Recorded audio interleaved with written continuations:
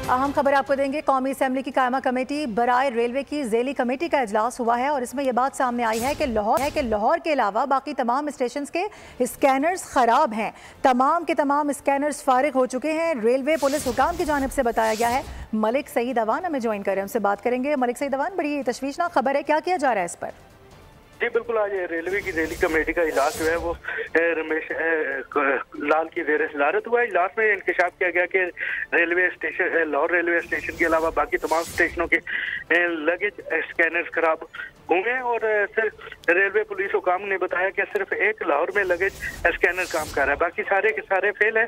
तमाम के तमाम स्कैनर्स फारिग हैं। कोई बात थ्रू गेट जो है वो भी काम नहीं कर रहा। कोयटा रेलवे स्टेशन की बाउंड्री वॉल टूटी हुई है।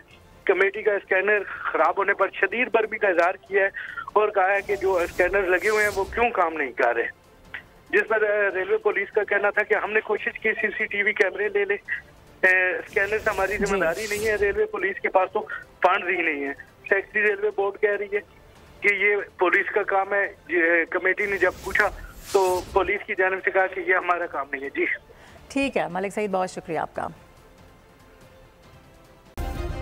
सब्सक्राइब करें और बेल दबाएं ताकि कोई खबर रह न जाए।